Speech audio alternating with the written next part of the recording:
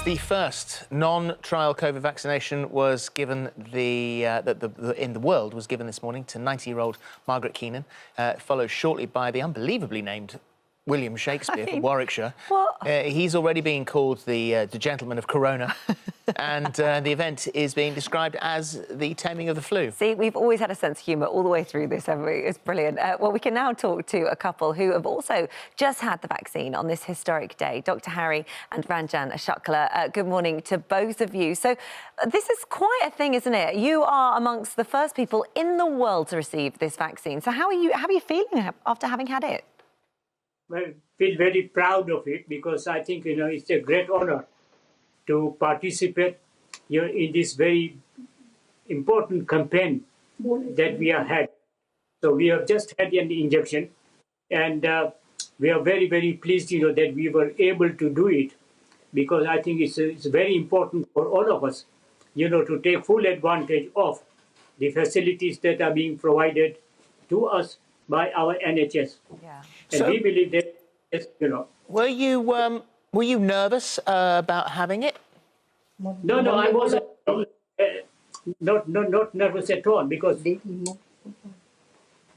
I actually knew that that the research has been carried out properly and all that.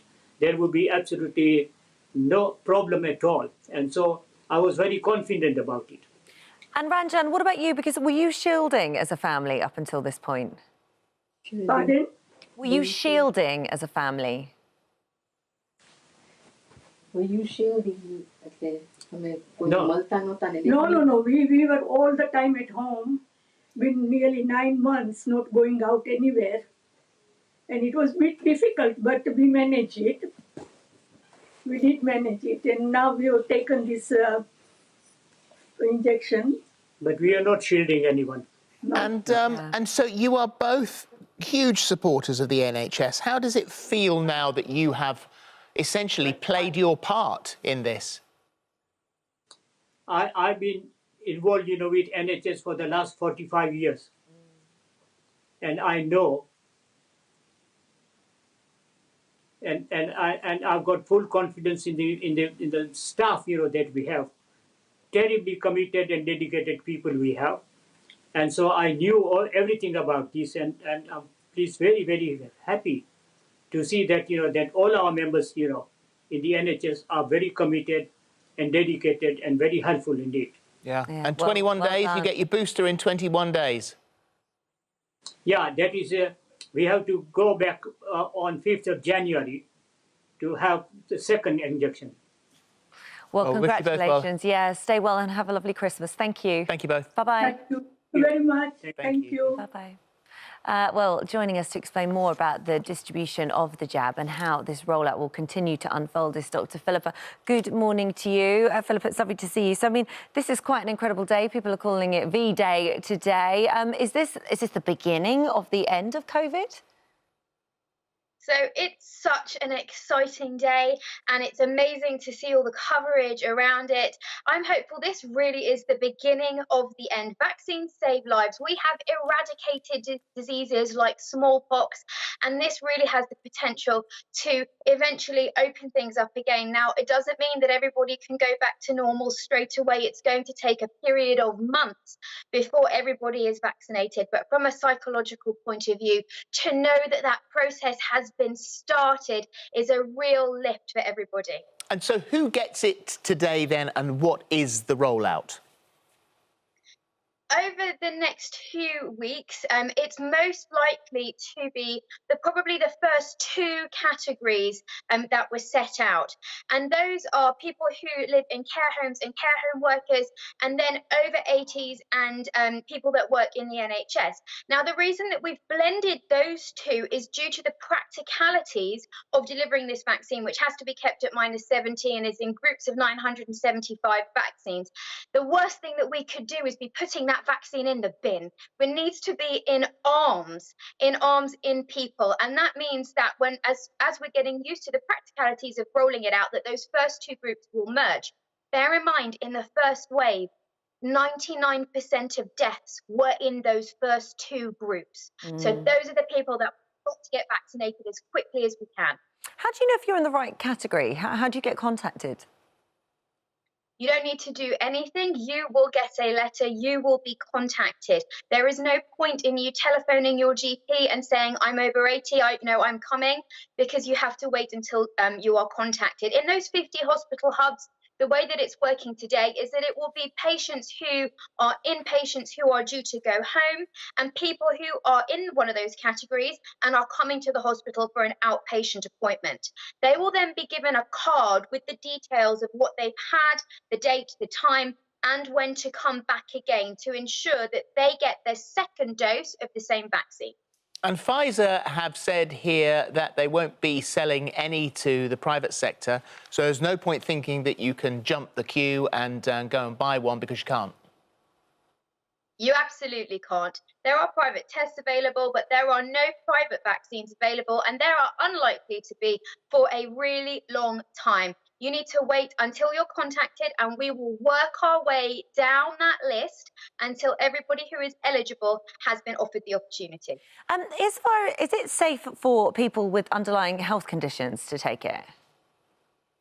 This is a question that comes up a lot, and people are concerned if they've got underlying health conditions or if their immune system is suppressed. But we just need to understand how this vaccine works. Now, this is an mRNA vaccine. It tells your body to code just one of those spike proteins on the outside of the coronavirus that we've all seen that picture of. The Oxford vaccine, which is likely to be coming in by next year, uses a virus which doesn't affect humans at all. It affects chimpanzees, so that it's another way of getting that spike protein into the body so the body's immune system can respond to it. So there is nothing in it that has the potential to cause an infection. And therefore, for people with compromised immune systems or with underlying health conditions, it's safe to take. So why were pregnant women not tested on in the trials?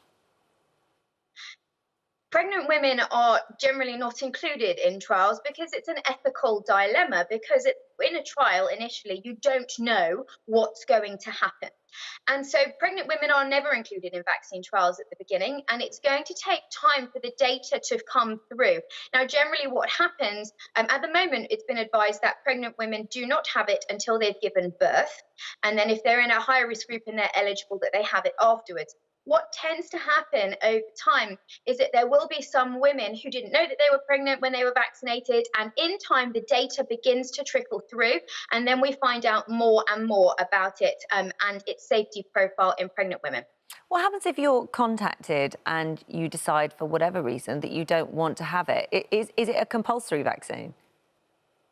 No vaccine in the UK is mandatory at all. Nothing is compulsory. This is your choice, but you have to make that choice based on the balance of risk versus benefits.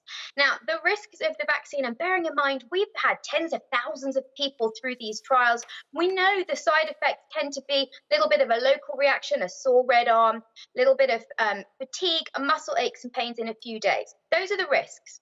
We have to weigh that up against the potential benefits. And yes, for most people, COVID-19 is a mild disease, but long COVID is very real and is really impacting people's lives.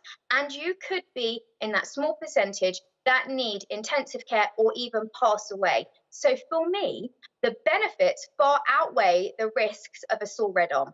And, and there were other, I remember having vaccines as a kid where I got a slightly sore red arm and a bit achy the next day.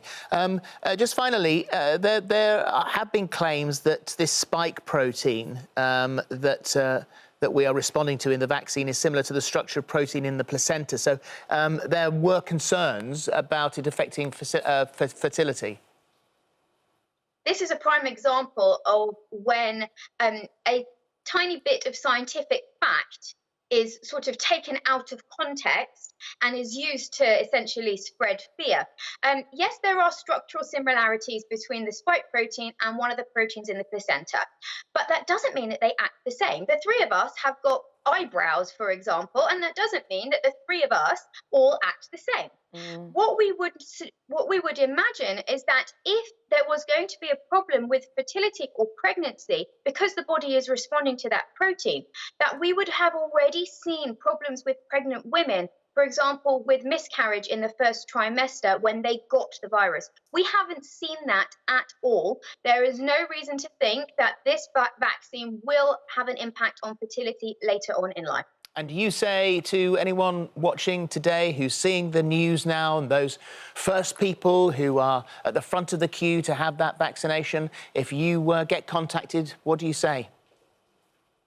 Absolutely go down. I wish that all of my elderly relatives, all of our elderly relatives and people that we love are getting their letters as soon as possible so that they can get their lives back. They can go outside eventually in time with the rest of us. This is the beginning of getting things back to normal. We have gone through every safety check that we can possibly go through. It works, it's safe, go get it. Thank you very much. Thank you.